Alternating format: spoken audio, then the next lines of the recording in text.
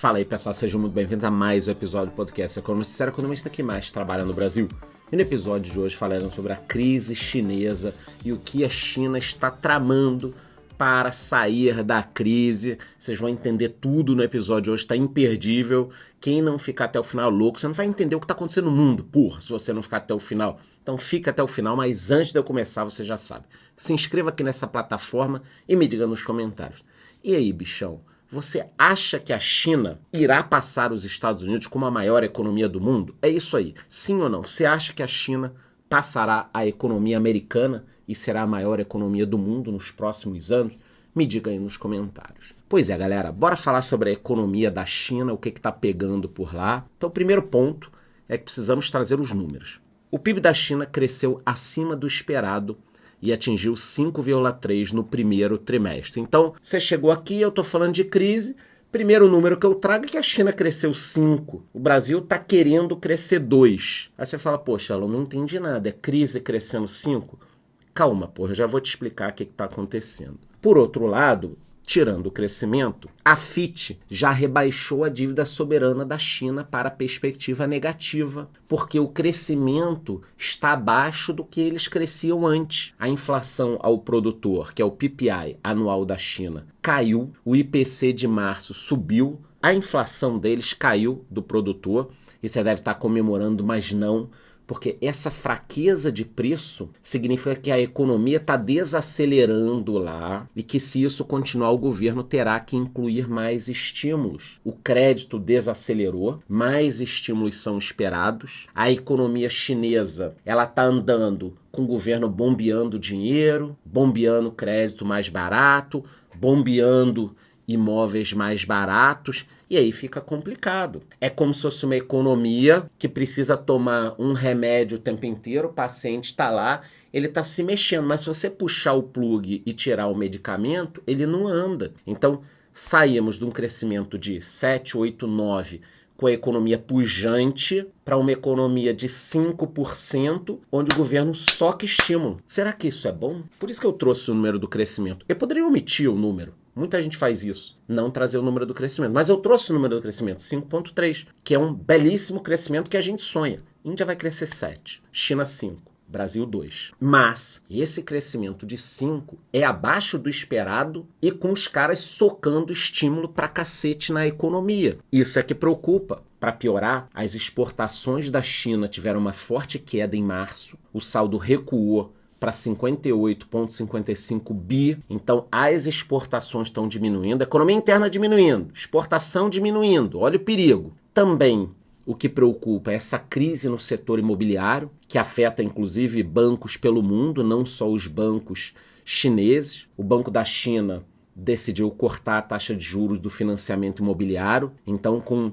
a intenção de melhorar o mercado imobiliário, o Banco Central da China cortou a taxa de juros. E mesmo assim o mercado está ali caminhando também com estímulos. Lembrando aqui que 30% da economia chinesa tem a ver com imóveis. Então, se der um problema no segmento imobiliário da China, o que vai acontecer com a economia chinesa? Aí você deve estar pensando, que se for da China, tudo bem, bichão. Mas se a economia chinesa afundar, o que vai acontecer com o nosso minério que a gente vende para eles? E a comida que a gente vende para eles? Comida pode até substituir para outros lugares. Mas e o minério? E outro ponto, e se a China, de compradora, passar a exportadora? Socar produto barato no mundo? Ela não pode quebrar várias indústrias? Do tipo, eu vou pro buraco? Eu vou levar todo mundo pro buraco. Eu vou levar a economia mundial pro buraco. E eu não tô querendo assustar ninguém. Ainda. Não chegou o momento do susto. Mas vocês têm que entender, preço caindo, estímulo, problema no setor imobiliário. Aí acabei de mostrar aqui que o governo está reduzindo os juros. Aí você deve estar pensando, se o governo reduziu o juro, a venda de imóveis bombou. Não bombou. Olha só, preços de residências novos na China caem em fevereiro. Caiu mais do que o esperado, apesar do corte nos juros das hipotecas. Então, o governo deu um estímulo, tá aqui, hipoteca barata, vão comprar. E a galera não tá comprando. Em se tratando de China, eu não duvidaria deles daqui a pouco obrigarem cada pessoa a ter 2 imóveis. Tipo, você não tem nenhum, tem que comprar um. Tem que comprar. Mas eu já tenho um. Compra outro. compra outro, uma distância de tanto, para melhorar a qualidade de vida. Porque o estoque de imóveis está crescendo, está crescendo. Eles estão há anos crescendo a economia no segmento imobiliário. Dito isso, se o setor imobiliário não começar a crescer tanto, o que eu acho que a China vai fazer, que na verdade ela já está fazendo, eu fui um dos primeiros a falar aqui, ela vai tentar socar carro barato no mundo inteiro. Pô, Charlão, eu vi um BYD aqui perto de casa, eu vi um outro carro chinês perto de casa. É isso, só que não é só aqui. O BYD está competindo com a Tesla no mundo. E aí vocês vão parar para pensar, poxa, mas a beleza do capitalismo não é essa?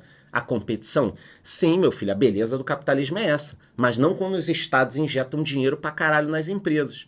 Então a gente está vendo que carros elétricos, baterias e energia verde, a nova estratégia da China pode reacender guerra comercial. O mundo está começando a notar que a China está fazendo isso daqui. O boom de exportação de veículos elétricos da China estimula o aumento da demanda por novos navios para transporte de automóveis. Então a fabricação de carros elétricos e a venda está mexendo até na parte dos navios. China exporta tantos carros elétricos que navios de carga estão em falta. Essa matéria saiu no dia 12/4 desse ano. Então, o que eu acho que está acontecendo? Setor imobiliário interno caindo, consumo interno caindo, China não está conseguindo exportar tudo que ela exportava, muita gente querendo abrir fábrica em outros locais, Vietnã, Índia.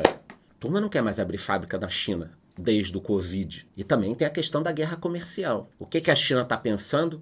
Então eu vou fabricar coisas para o mundo. Que coisas? Começando pelo carro elétrico. Por isso, o mundo está sendo inundado. Eu acho bacana? Acho, desde que essa competição tenha um nível ali. Só que não é o que está acontecendo. E eu já falava isso há muito tempo. E de repente, no final de semana, saiu essa matéria. BYD recebeu 18,5 bilhões de reais em incentivos do governo chinês, diz estudo. Então a BYD, que é a maior empresa chinesa desse segmento, competindo diretamente com a Tesla, recebeu investimentos do governo chinês e a estratégia é dominar o mercado de veículos elétricos, matando as outras empresas. As vendas de veículos na China estão se recuperando e a BYD mantém o primeiro lugar em elétricos, seguida pela Tesla. As duas estão sempre brigando ali. É o que eu estou falando. O governo chinês está olhando a economia. Cara, a gente tem que partir para uma outra coisa. Energia verde, energia nos carros elétricos. Vamos socar isso pelo mundo. Qual é o problema? O problema é que eles vão mandar esses carros para cá, subsidiados. O governo chinês está pagando um pedaço, por isso os carros estão chegando tão baratos. Vão mandar para a Alemanha, vão mandar para os Estados Unidos e eles vão quebrando as indústrias locais que não têm carros subsidiados. Pô, vamos imaginar aqui que a Volks faz o novo Voyage elétrico. Qual o preço? 150 mil. O governo brasileiro vai pagar 50 mil, foda-se. O carro vai sair por 100 mil. É isso que a BYD está fazendo. As outras empresas não vão conseguir concorrer. E qual o próximo passo dessa briga? O próximo passo, meu amigo, é tarifa. É tarifa. O Biden está botando tarifa no aço já, mas quem vai chegar com tudo nisso aí é o laranjão. Então, olha só, Trump diz que os Estados Unidos vão impor tarifas à China caso ele retorne à Casa Branca. Ele disse que, se eleito, vai impor tarifas de 60% para a China, para os produtos chineses. E aí você começa a equalizar. Pô, eu quero comprar um carro barato aqui? Quero. Mas se a China estiver pagando quase todo o carro e a gente for quebrar a indústria nacional, é uma baita cagada. Então, eu não estou torcendo para tarifar contra o capitalismo, nada disso. Mas, pô, se a China começar a pagar para quebrar as indústrias dos outros países, é um negócio muito complicado. Então, trouxe aqui para vocês a crise chinesa, muito focada nos imóveis, queda do consumo, o que a China está fazendo e o que os países devem começar a fazer daqui para frente. Episódio super completo. Qualquer novidade sobre esse tema eu volto aqui. A única coisa que eu te peço é que se inscreva nessa rede e me diga nos comentários. E aí, bichão? Você acha que a economia chinesa vai passar a economia americana nos próximos anos? Me diga nos comentários aí, se te vejo no próximo episódio.